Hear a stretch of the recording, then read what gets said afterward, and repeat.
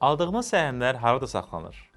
Əgər siz səhmləri və ya digər investisiya alətlərini almağa planlaşdırırsınızsa, bu sualın cavabını bilmək çox önəmlidir. 1.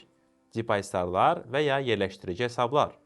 Səhmləriniz və digər qiymətli kağızların adətən depozitlərə saxlanılır. Bu sadəcə elektron hesab olaraq işləyir və siz səhmlərinizin fiziki formasını əldə etmirsiniz. Yəni, səhmlərin faktiki olaraq sizin adınıza qeydiyyatdan keçmiş elektron sistemdə saxlanılır.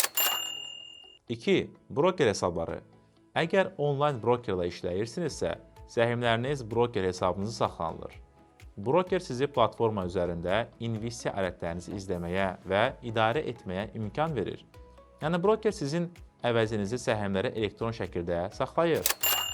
3. Mərkəzi depozitlər. Azərbaycanda məsələn Azərbaycan Səhmdar Cəmiyyətləri və İpoteka Fondu kimi mərkəzi depozitlər var. Bu qurumlar səhmləri mərkəzləşdirilmiş şəkildə saxlayır və onlara dair bütün əməliyyatları izləyir.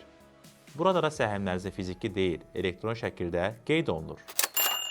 4. Səhmlərinizin təsdiqi. Səhmlərinizin saxlanması barədə məlumat əldə etmək üçün brokerlərinizdən və ya depozitlərinizdən yazılı təsdiq almanız mümkündür.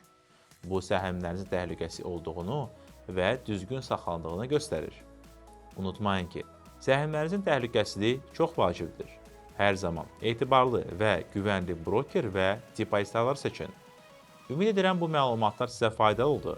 Əgər suallarınız varsa, şərhlərdə yazın və biz cavablandırarıq.